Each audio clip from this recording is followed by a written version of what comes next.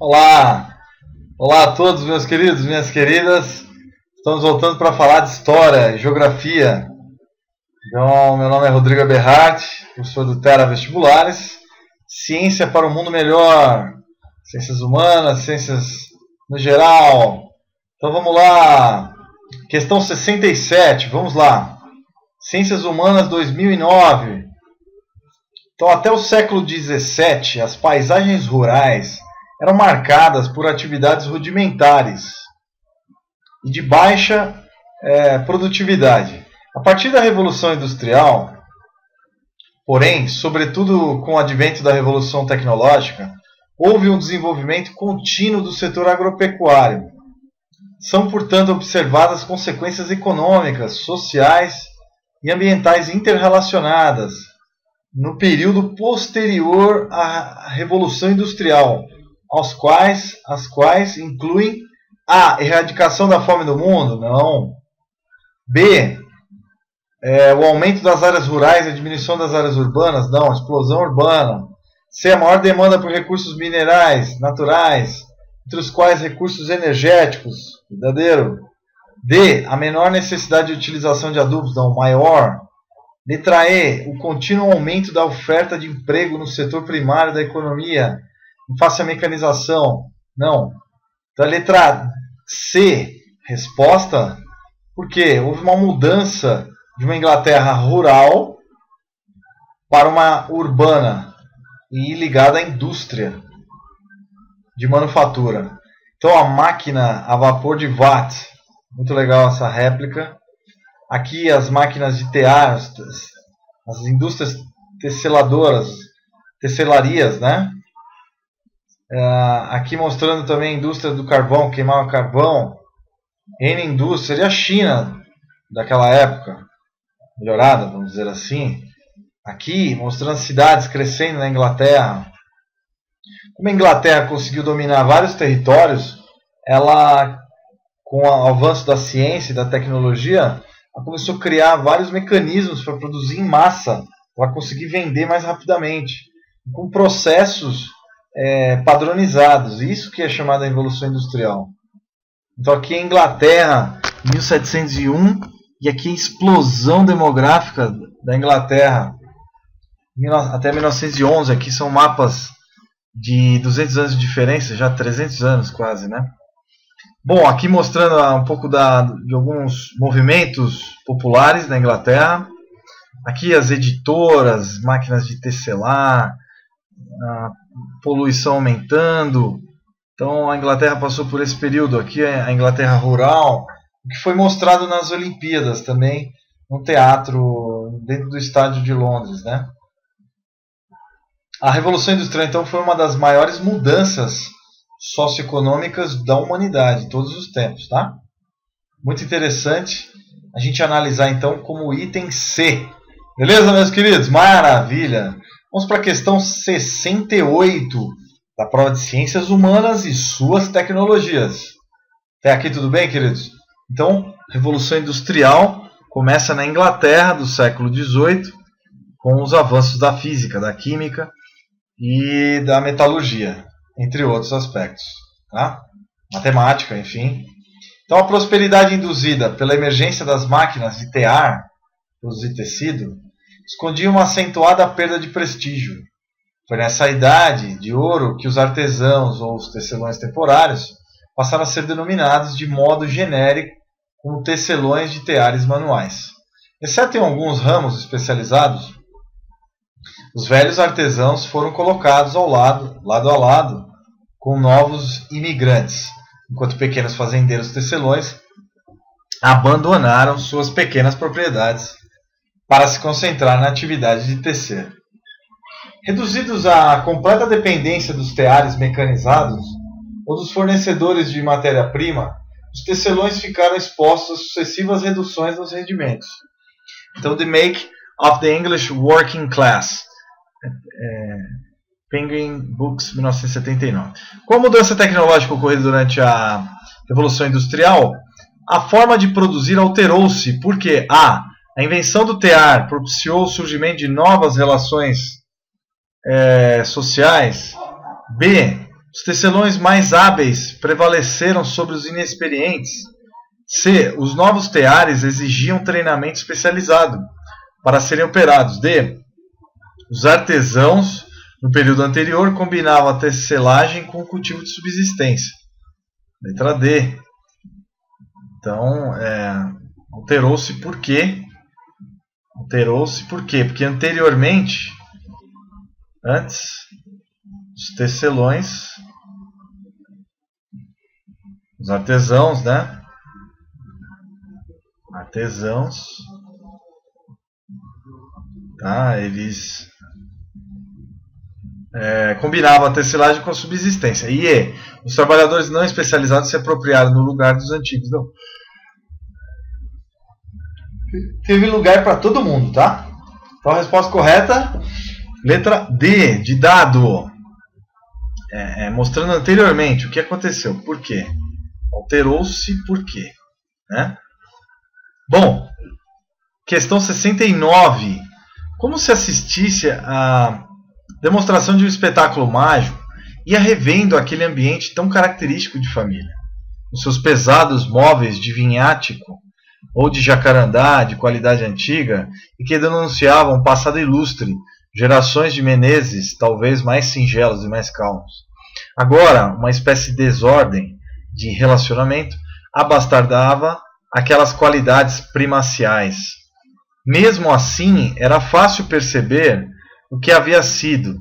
Esses nobres da roça, os seus cristais que brilhavam mansamente na sombra, suas pratas semi-empoeiradas que atestavam o esplendor esvanecido, seus marfins e suas opalinas. Respirava-se ali conforto, não havia dúvida. Mas era apenas uma sobrevivência de coisas idas. Dir-se-ia ante esse mundo que se ia desagregando, que um mal oculto o ruía, como um tumor latente de suas entranhas. Crônica de Casa Assassinada, Cardoso, Rio de Janeiro. Pá. Bom, então o mundo narrado nesse trecho de romance de Lúcio Cardoso, acerca da vida dos Menezes, família da aristocracia rural, Minas Gerais, apresenta não apenas a história de decadência dessa família, mas é ainda a representação literária de uma fase de desagregação política, social e econômica do país.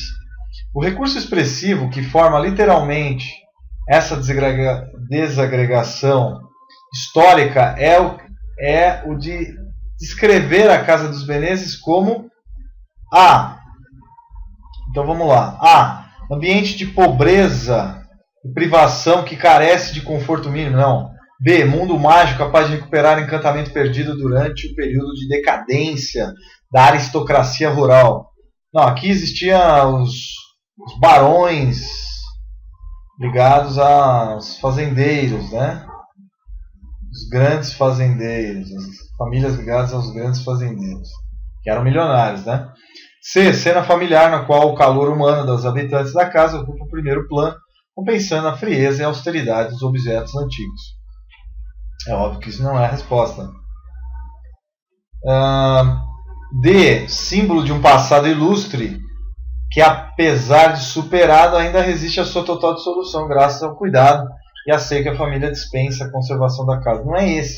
A questão não é essa. É o espaço arruinado, onde os objetos perderam seu esplendor e sobre os quais a vida repousa, como lembrança de um passado que está em vias de desaparecer completamente.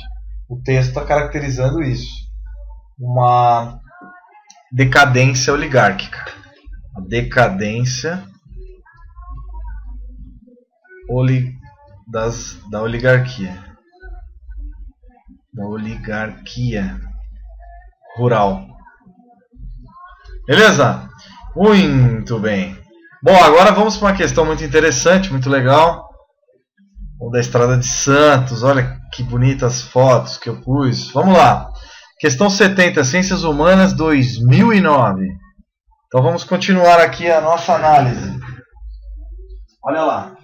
O que a gente tem que tomar muito cuidado é com desrespeito especialmente à parte histórica que a gente está tentando caracterizar. Então aqui mais do que caracterizar essa época, a gente está mostrando então um período muito interessante do Brasil. Um período em que houve uma efervescência muito grande, né, de tecnologias e expansão do transporte. Tá? Então o transporte sofre então uma mudança drástica, sendo mostrada nessa videoaula. Então o que eu vou mostrar para vocês, além de tudo, é a expansão da cafeicultura e a relação com o transporte.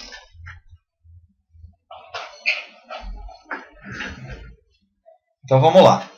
O suíço Tomás Davids chegou a São Paulo em 1855 para trabalhar como colono na fazenda de café em Ibicaba, em Campinas. A perspectiva de prosperidade que atraiu para o Brasil deu lugar à insatisfação e revolta, que ele registrou em livro sobre o percurso entre o Porto de Santos e o Planalto Paulista. Escreveu Davids: as estradas do Brasil, salvo em alguns trechos, são péssimas. Em quase toda parte, falta qualquer espécie de calçamento, ou mesmo de saibro. Constam apenas terras simples, sem nenhum benefício. É fácil prever que essas estradas não se encontram estalagens e hospedarias como as da Europa. Nas cidades maiores, o viajante pode naturalmente encontrar aposento sofrível. Nunca, porém, qualquer coisa de comparável à comodidade que proporciona na Europa qualquer estalagem rural. Tais cidades são, porém, muito poucas na distância que vai de Santos a Ibicaba e que se percorre em 50 horas no mínimo. Em 1867 foi inaugurada a ferrovia ligando Santos a Jundiaí, o que abreviou o tempo de viagem entre o litoral e o Planalto para menos de um dia. Nos anos seguintes foram construídos outros ramais ferroviários que articularam o interior cafeeiro ao porto de exportação Santos. Memórias de um colono no Brasil, Thomas Davids. O impacto das ferrovias na promoção de projetos de colonização com base em imigrantes europeus foi importante porque, bom, nesse caso, a gente tem que lembrar o percurso dos imigrantes até o interior antes das ferrovias. Então, o impacto das ferrovias na promoção de projetos de colonização com base em imigrantes europeus. Foi importante porque o percurso dos imigrantes até o interior, antes das ferrovias, era feito a pé, ou em muares, mula, né? No entanto, o tempo de viagem era aceitável, uma vez que o café era plantado nas proximidades da capital de São Paulo. B, não era aceitável, era no interior, né? B, a expansão da malha ferroviária pelo interior permitiu que mão de obra estrangeira fosse contratada para trabalhar em cafezais de regiões cada vez mais distantes do Porto de Santos. Verdadeiro. Então, a ferrovia teve um grande impacto nos imigrantes. Eu, por exemplo, sou descendente dos dois lados da minha mãe e do meu pai de imigrantes, tanto alemães, austríacos e italianos, né? Então é muito interessante. C, eu sou também filho desses imigrantes que vieram, sou bisneto, né? C, o escoamento da produção de café se viu beneficiado pelos aportes de capital, principalmente de colonos italianos que desejavam melhorar sua situação econômica.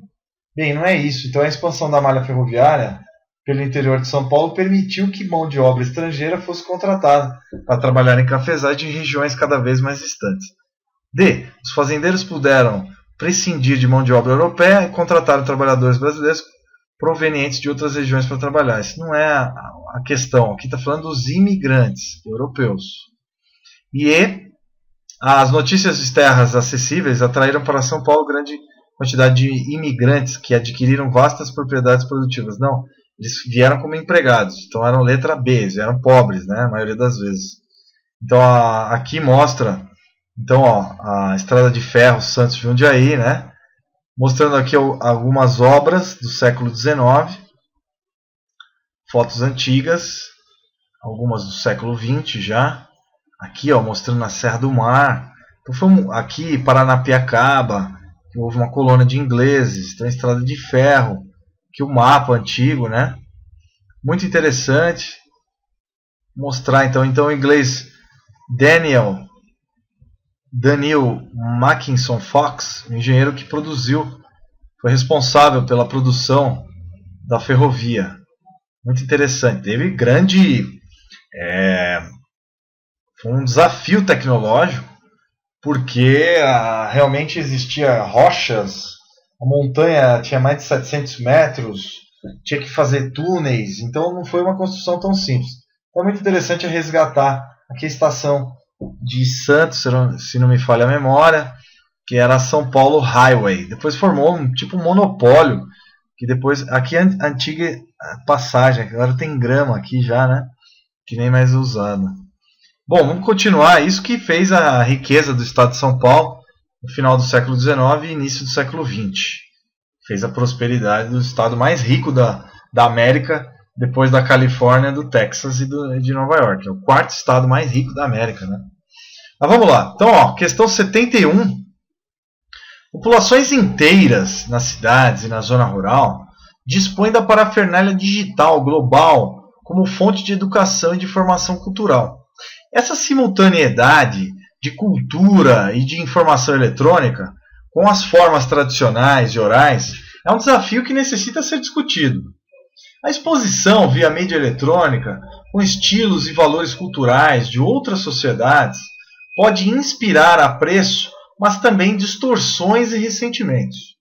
Tanto quanto há necessidade de uma cultura tradicional, da posse, da educação letrada, também é necessário criar estratégias de alfabetização eletrônica, que passam a ser o grande canal de instrução das culturas segmentadas no interior dos grandes centros urbanos e das zonas rurais. Um novo modelo de educação, globalização a olho nu, o mundo conectado. Bom, eu já estou nessa, né, galera? Fazendo um cursinho online. Então, essa mudança ela é inevitável. Com base no texto, considerando os impactos culturais da difusão das tecnologias de informação no marco da globalização, depreende-se que, a difusão tecnológica implicará em reformulação da educação. Então, a ampla difusão de tecnologias da informação nos centros urbanos e no meio rural suscita o contato entre diferentes culturas e, ao mesmo tempo, traz a necessidade de reformular concepções tradicionais de educação. Sem dúvida, o uso da internet, o uso de aparelhos eletrônicos,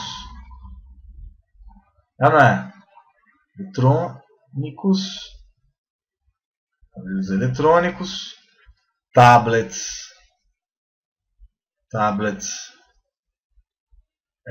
PCs, laptops,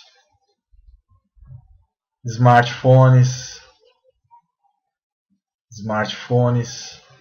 e assim sucessivamente. Então, o que a gente tem que lembrar é que o mundo está mudando muito rápido. Essa mesma videoaula que você está vendo aqui já tem a ver com o que a gente está falando agora. Telas eletrônicas, TVs digitais, uma infinidade de telas touchscreen, né? As famosas touchscreen, tela de toque. Então essas coisas que vão mudar o mundo. Então aqui, por exemplo, televestibulares, videoaula 100% online, educação 3.0. Eu já estou usando isso, né? Então resposta letra A. B. Apropriação por parte de um grupo social de valores ideais de outras culturas para o benefício próprio, conflitos. Não é isso que está falando das tecnologias de informação. São chamadas TICs. Tecnologias de informação e comunicação. É a letra A mesmo, né? Depois vocês leem. Letra C. As mudanças sociais acompanham o processo de globalização, ao mesmo tempo que refletem preponderância cultura urbana. Não tem uma preponderância. Sim, uma questão tecnológica, mudanças, né? Na educação são necessárias. D. As populações nos grandes centros urbanos e no meio rural recorrem aos instrumentos e tecnologias de informação, basicamente como meio de comunicação mútua, e não os veem como fontes de educação e cultura. Então aí que está o erro. E a intensificação do fluxo de comunicações por meios eletrônicos, característica do processo de globalização, está dissociada. Desenvolvimento social? Não, está associada. Desenvolvimento social. Agora vamos para a questão de número 72. Uma belíssima questão. Além dos inúmeros eletrodomésticos e bens eletrônicos, o automóvel produzido pela indústria fordista, Ford, promoveu a partir dos anos 50 mudanças significativas no modo de vida dos consumidores e também na habitação e nas cidades. Com a massificação do consumo dos bens modernos, dos eletrônicos e também do automóvel, mudaram radicalmente o modo de vida, os valores, a cultura e o conjunto de ambiente construído. Da ocupação do solo urbano até o interior da moradia, a transformação foi profunda.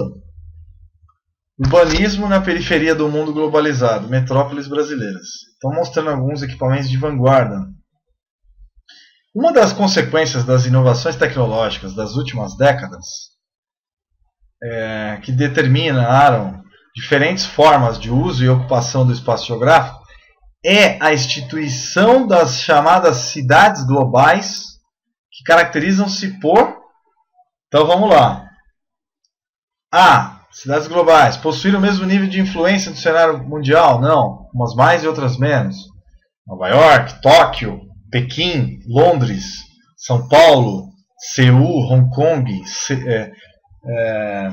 e aí vai, Sydney, e aí vai, Joanesburgo. B, fortalecer. Então são diferentes as influências. B, algumas criam tecnologia, Los Angeles, São Francisco.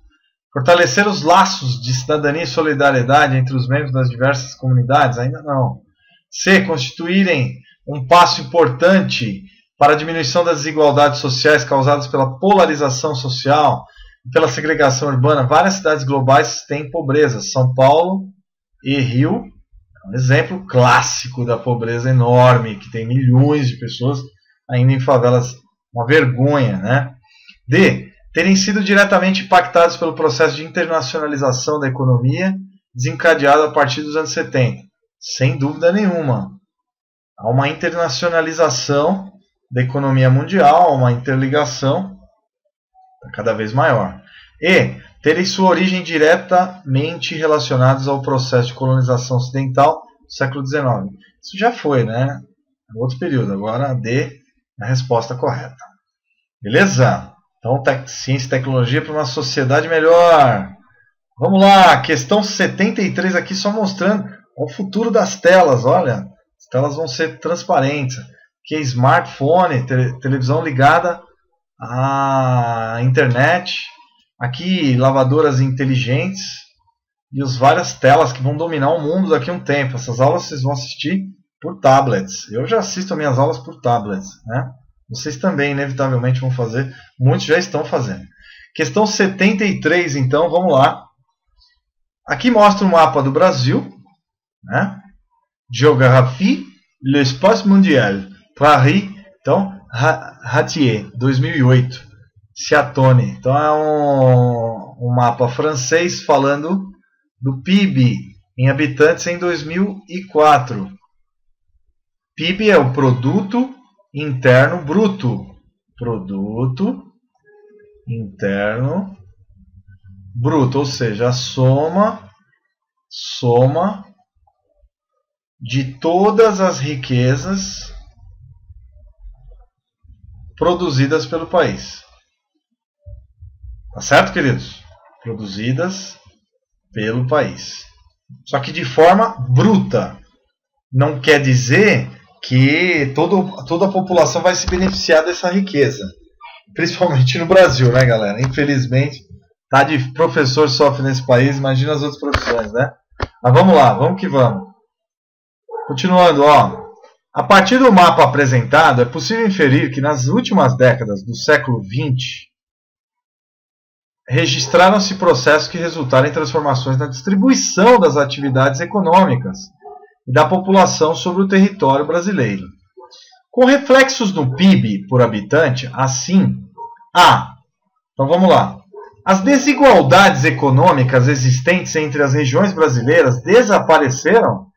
Não, elas diminuíram, mas não desapareceram não. Tendo em vista a modernização tecnológica e o crescimento vivido pelo país. Tomara que aconteça o mais rápido possível essa equanimidade, mas vai demorar muito, porque alguns estados do Sudeste e do Sul investem muito em ciência e tecnologia e que vão demorar décadas para serem alcançados. Mas esperamos que isso ocorra, né?